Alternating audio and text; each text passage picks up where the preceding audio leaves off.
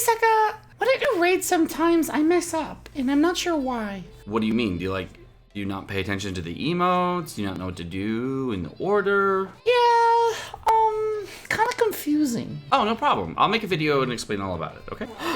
Yay! Yo, what's going on, guys? Sekapoko here, bringing you another 7 Deadly Sins Grand Cross video. For this, we'll be going over raid etiquette and talking about a little bit about what you can do in a raid to make your raids go a little bit more smoothly and make sure that your raid partner is going to love you the entire way through. So, guys, without further ado, let's go ahead and jump right into it.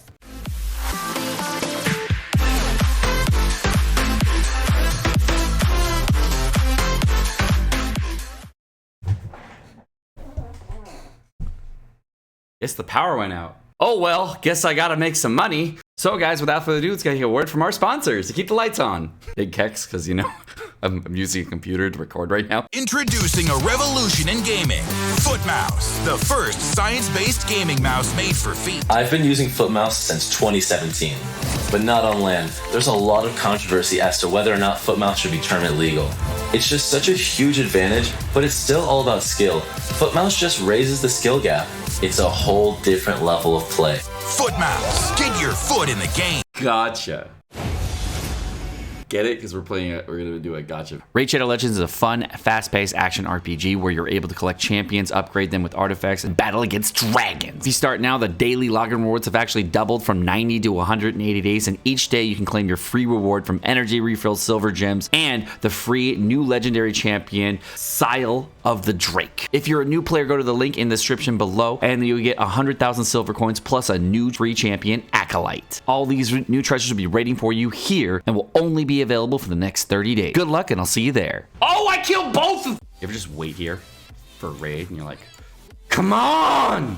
So I found the tried and true strat of getting a raid. You go to the PvP window, you get the PvP, and the second you get to the PvP match arena, right as you get to Taizu, raid invite. Every time. Every time, calling it right here, every time. 3, 2, 1.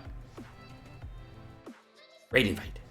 Okay, new strategy. In the boar hat, go open to my inventory, go upgrade something, go upgrade a character, look at their stats, make sure I need to awaken them, and then bam, raid invite. In 3, 2, 1, raid invite. No. When it happens, I go over to the king. I'm actually going to upgrade some materials, and then I back out of the materials, and okay, I need to go back over to the thing, and I gotta go get some stuff, and I go, okay, now I go to the shop. Okay, now I'm gonna go to the platinum shop. Okay, I'm in the coin shop, and then 3, about to buy my stuff, and then 3, 2, 1. Okay, new strategy. I'm gonna go over to the pedestal here. I'm then gonna open it up. I'm then gonna hit invite Veronica in the next 28 minutes. Oh, that's risky. Be a man. 24 minutes remaining, no problem. Okay, we're gonna back out. I'm gonna go to the knighthood. Go to the knighthood. Get into, oh, there. God, wait a minute. It's on the exclamation point. I knew it every time. Still there? Every time. Every time. 100% of the time. Every time. You gotta get on my level.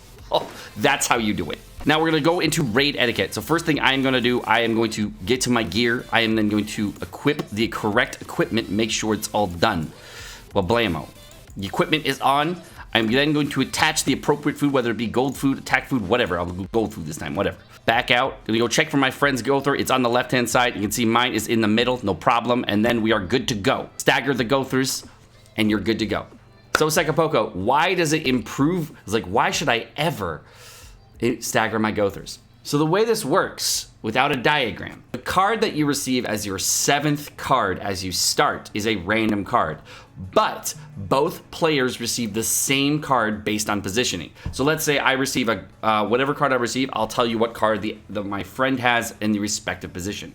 The other thing you should know is when you're looking at your friend in the raid, you'll notice that they'll have staggered positioning. I noticed when I looked at his window, he had a Gowther on the left here, and it's going to see is a Gowther on the left. But when I walk into the raid, you'll notice the Gowther is actually on the right-hand side here. It actually has a mirrored positioning so that I can see the mirror of his positioning. Many people don't know that. So because I got a Merlin shield, I know he has a rank up because this would be the rank up card. So you can see with the 2 Gowthers here. Stop, wait, Sekapoko. What? Okay, so the way this works, if you wanted to know, is very simply, we are going to go over how the team organization is going to flow out and how that's going to affect the card drops. Because every time that you go into a run, you're going to have 1 of each card. You're going to have 2 abilities, say, for your Lizhawk, 2 abilities for your Gowther, and 2 abilities for your Merlin. Each one is going to be designated skill 1 here. and skill 2, depending on where they're placed in the order here. As we notice here, Gowther's rank up is on skill 2.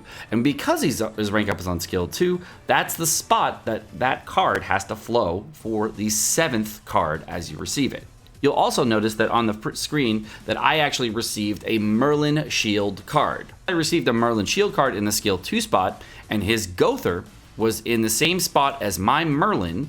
I know that he actually received the same skill slot card as my Merlin. So that means that he received a rank up card. Now, the total amount of cards that you can actually receive on turn 1 is 6 different cards. Because you can receive 6 different cards, you have a 1 in 6 chance for that 7th card being a rank up card. But to improve your chances for yourself to have a rank up card and your friend to have a rank up card, you need to stagger the Gowther positioning in order to make that happen. Another good practice is, of course, to stagger the DPS character's positioning so that your DPS character is not in the same slot as their DPS character, making it so that at least one of you guys get damage cards. So if I was to position my DPS character on the right hand side, I would like his DPS character in the middle slot, because then I would say, oh, okay, now my DPS character is going to get cards, or his DPS character is going to get cards, and no matter what, we will always have damage cards. This will improve your odds in raids and give you the best possible chance of clearing a raid.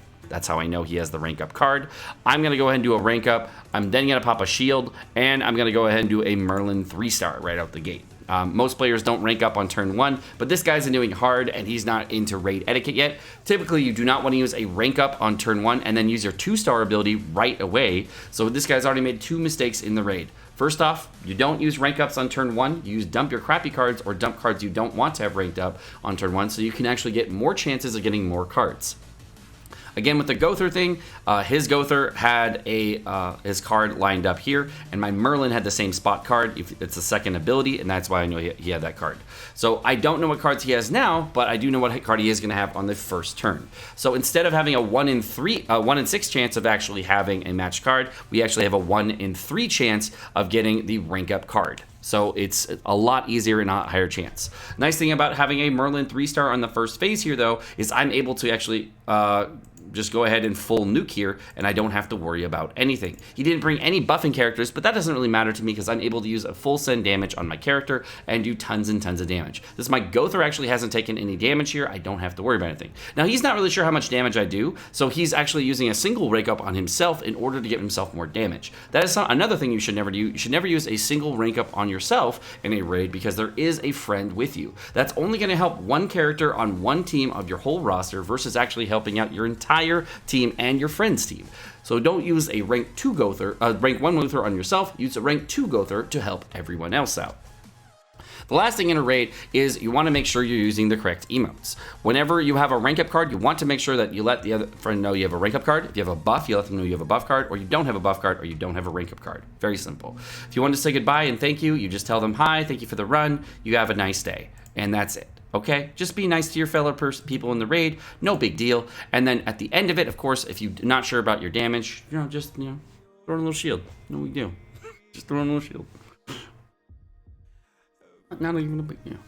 What I would suggest here in any kind of raid that you're going to be doing, you want to make sure that you are having the damage to clear the boss. Now, the way you can do that is by selecting the raid boss and making sure that the damage is enough. I knew the damage was going to be insufficient no matter what here because we don't have a buff card. So what I did was I actually saved a 3-star Merlin shield for the end of it because I knew that no matter what, we would not have the damage. Now, unfortunately, the Crimson Demon does have a mechanic on the second turn where every turn that elapses, he's going to have more and more damage reduction. Unfortunately, that's just the way he works as mechanics go, and there's nothing you can really do to get around it. And you can see here with a 3-star Merlin card, we don't have to worry about too much, and he actually didn't take damage the entire time in his Gowther, and neither did I. But I'm going to let this dude, hey, I have a rank up card. I would like to use my rank up card.